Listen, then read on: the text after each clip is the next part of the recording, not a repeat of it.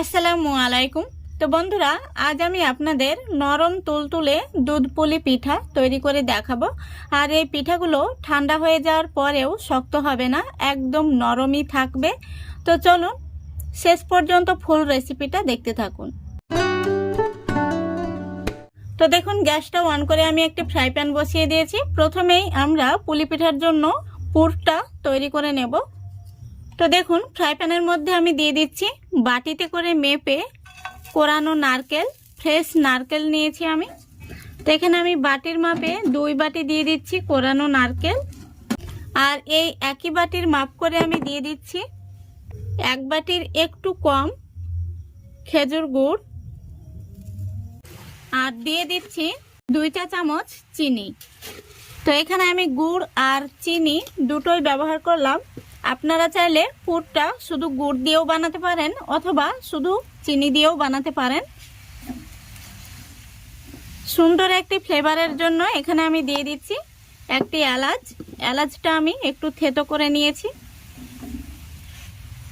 এর মধ্যে আমি দিয়ে দিচ্ছি 1/2 বাটি তরল দুধ। এতে করে নারকেলটা খুব সুন্দরভাবে সেদ্ধ হয়ে যাবে। দেখুন বন্ধুরা, পুরটাকে আমি কিছুক্ষণ নাড়াচাড়া করে খুব সুন্দরভাবে রেডি করে নিয়েছি। পুরটা এইরকম ঝরঝরে করে তৈরি করে নিতে হবে। তো এবার আমি পুরটাকে একটি পাত্রে তুলে নিচ্ছি। এবার দেখুন, আমি আরও একটি কড়াই বসিয়ে দিয়েছি। কড়াইতে দিয়ে দিচ্ছি 1 কাপ জল। তারপরে দিয়ে দিচ্ছি 1/4 চা চামচ লবণ। এবার এই জলটা বলক ওঠা পর্যন্ত অপেক্ষা করতে হবে।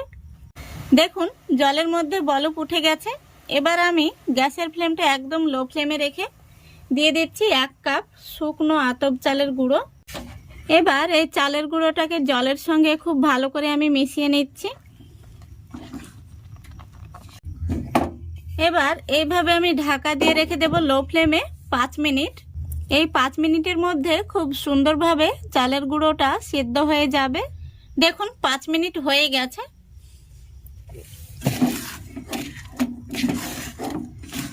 এবার এই চালের গুঁড়োটা আমি একটি থালার মধ্যে ঢেলে নিচ্ছি। দেখুন, চালের গুঁড়োটাকে আমি একটি থালার মধ্যে তুলে নিয়েছি। এবার খুব ভালো করে এই চালের গুঁড়োটা মেখে নিতে হবে। তো চালের গুঁড়োটা ঠান্ডা হয়ে গেলে কিন্তু মাখানো যাবে না, গরম থাকা অবস্থাতেই খুব ভালো করে মেখে নিতে হবে। দেখুন, ডোটাকে আমি খুব সুন্দর করে মেখে নিয়েছি। ডোটাকে আমি 2টো লেচি কেটে নিচ্ছি।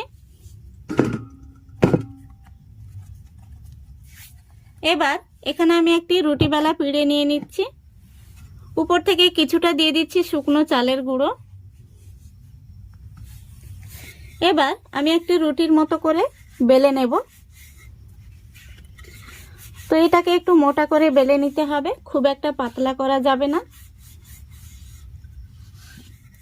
দেখুন, আমি একটি বড় করে রুটি বেলে নিয়েছি। এই দেখুন, রুটিটার পুরুত্ব এরকম হবে। এবার এখানে আমি একটি খাপ নিয়েছি। এই খাপ দিয়ে রুটিটাকে কেটে নেব। এইভাবে কেটে নিয়ে পিঠাগুলো তৈরি করলে সবগুলো পিঠা এক সমান হবে। দেখুন, এখানে একটি রুটি থেকে 5টি পিঠা তৈরি হবে। রুটির এই বাকি অংশটা দিয়ে আমি আবার পরে বেলে কেটে নেব। এখন আমি আপনাদের পিঠাগুলো তৈরি করা দেখিয়ে দেব। এখানে আমি আগে থেকে যে পুরটা রেডি করে রেখেছি, এখান থেকে 1 চামচ করে এই রুটির মধ্যে পুরগুলো দিয়ে দিচ্ছি। খুব বেশি পুর দেয়া যাবে না, যতটা পরিমাণে পুর দিলে সঠিক হবে সেইভাবে দিতে হবে। খুব বেশি পুর হয়ে গেলে পিঠেটা ফেটে যাওয়ার সম্ভাবনা থেকে যাবে। এবার এইভাবে পিঠেটা মুখটা বন্ধ করে দিতে হবে। দেখুন, এইভাবে বানালে কিন্তু একটি পিঠাও ফেটে যাবে না। কত সুন্দর হয়েছে দেখুন। আমি আরও একটি পিঠা মুড়ে দেখিয়ে দিচ্ছি। আর এই পিঠেগুলো ঠান্ডা হওয়ার পরেও শক্ত হবে না। আমি একটি পিঠা আপনাদের ডিজাইন করে দেখিয়ে দিচ্ছি। আপনারা চাইলে এইভাবে ডিজাইন করে নিতে পারেন। তো আজকে আমি পিঠাগুলো ডিজাইন করব না, প্লেনভাবেই রেখে দিব।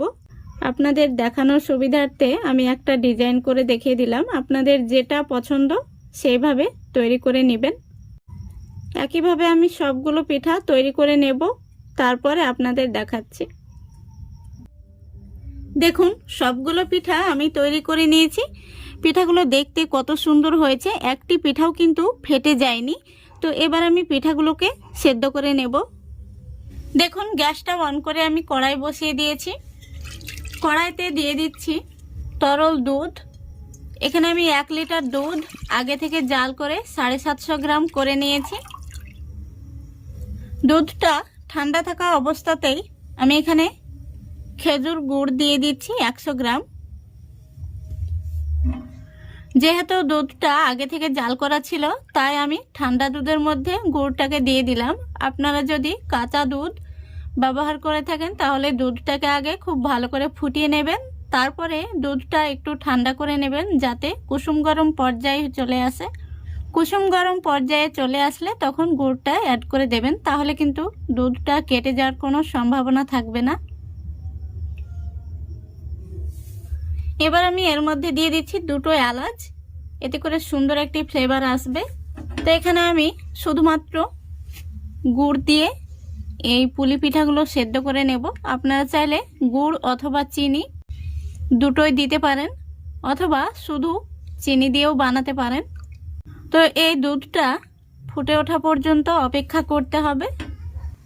দেখুন দুধটা ফুটে গেছে, এর মধ্যে আমি সামান্য পরিমাণে লবণ দিয়ে দিচ্ছি। এবার এই ফুটন্ত দুধের মধ্যে আমি পিঠাগুলো একটি একটি করে দিয়ে দেব। দেখুন সবগুলো পিঠা দেওয়া হয়ে গেছে। এবার আমি পিঠাগুলোকে 10 মিনিট মিডিয়াম ফ্লেমে জাল করে সেদ্ধ করে নেব। ফিরে আসছি 10 মিনিট পর। দেখুন পিঠাগুলোকে আমি মিডিয়াম ফ্লেমে 10 মিনিট জাল করে নিয়েছি। পিঠাগুলো খুব সুন্দরভাবে সেদ্ধ হয়ে গেছে, এই দেখুন। তো বন্ধুরা, অফ স্ক্রিনে এর মধ্যে আমি কিছু ফ্রেশ কোরানো নারকেল অ্যাড করেছি, এতে করে পিঠার মালাইটা খেতে ভীষণ ভালো লাগবে। এবার আমি গ্যাসটা অফ করে দিচ্ছি, আর পিঠাগুলোকে আমি কিছুক্ষণ ঢাকা দিয়ে রেস্টে রেখে দিচ্ছি। পিঠাগুলো ঠান্ডা হলে পরিবেশন করব। পিঠাগুলো ঠান্ডা করার পর আমি একটি থালার মধ্যে পরিবেশন করছি। দেখুন কত সুন্দর হয়েছে পিঠাগুলো। একটি পিঠাও কিন্তু দুধের মধ্যে ফেটে যায়নি বা ভেঙে যায়নি। পিঠাগুলো কতটা পারফেক্ট হয়েছে আমি আপনাদের কেটেও দেখিয়ে দিচ্ছি একটি পিঠা। প্রত্যেকটি পিঠা খুব সুন্দর হয়েছে। আর এই দুধের সেরার মধ্যে কিন্তু আমি কিছু কোরানো নারকেল অ্যাড করেছিলাম, তার জন্য দেখুন খুব সুন্দর কিন্তু মালাইটা তৈরি হয়েছে। তো পিঠাটি আমি আপনাদের কেটেও দেখিয়ে দিচ্ছি। দেখুন কত সুন্দর হয়েছে, আর পিঠাটি কতটা নরম তুলতুলে হয়েছে, এই দেখুন। তো আশা করছি আজকের এই রেসিপিটা আপনাদের ভীষণ ভালো লেগেছে, আর ভালো লাগলে অবশ্যই লাইক কমেন্ট শেয়ার করে দেবেন এবং চ্যানেলটিকে সাবস্ক্রাইব করে অল নোটিফিকেশানটি অন করে সঙ্গে থাকবেন। আজকের মতো এখানেই বিদায় নিচ্ছি। সবাই ভালো থাকবেন, সুস্থ থাকবেন। খোদা হাফেজ।